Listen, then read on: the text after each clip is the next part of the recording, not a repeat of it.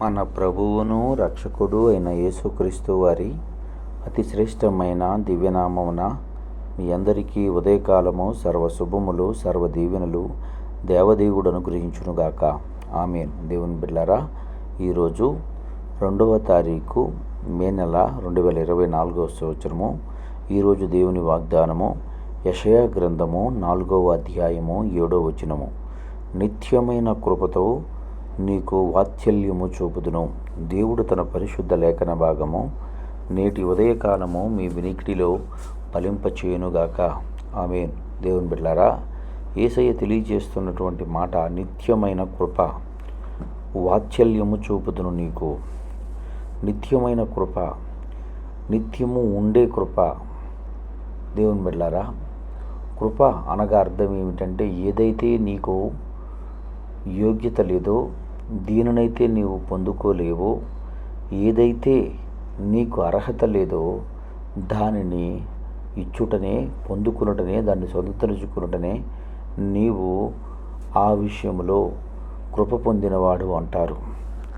మీకు అర్థమయ్యే రీతిలో మాట్లాడాలి అంటే, నీవు కష్టపడి ప్రయాసపడి నీవు ఏదైతే చేయలేదో, కష్టపడని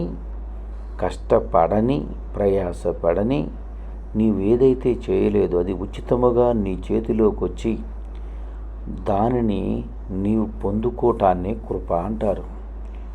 ఇంకా ఒక మాటలో చెప్పాలి అంటే, నీకు ఏమాత్రము ప్రమేయం లేకుండా నీవు ప్రయాణమవుతూ ఉండగా, ఆ ప్రయాణమవుతున్నటువంటి నిన్ను నీ ప్రయాణంలో కొందరు పిలిచి మంచి ఆతిథ్యాన్ని ఇచ్చటం.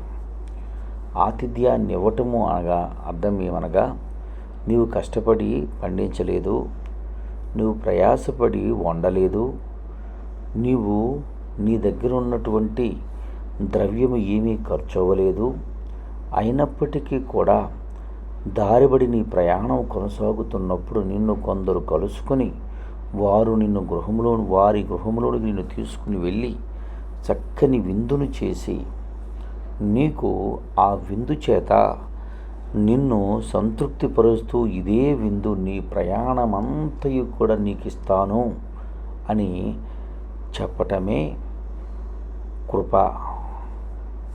ఎలా కృప అనగా, ఈ కృప యొక్క అర్థం ఏమిటి అంటే, నీవు దేన్నైతే ప్రయాసపడలేదు నీకు ఉచితముగా దొరుకుతుంది, దాన్ని కృప.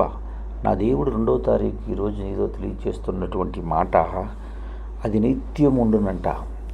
నిత్యముండునంట. ఇదే ఆశీర్వాదము. 2, నీకు వాత్సల్యము చూపుదును.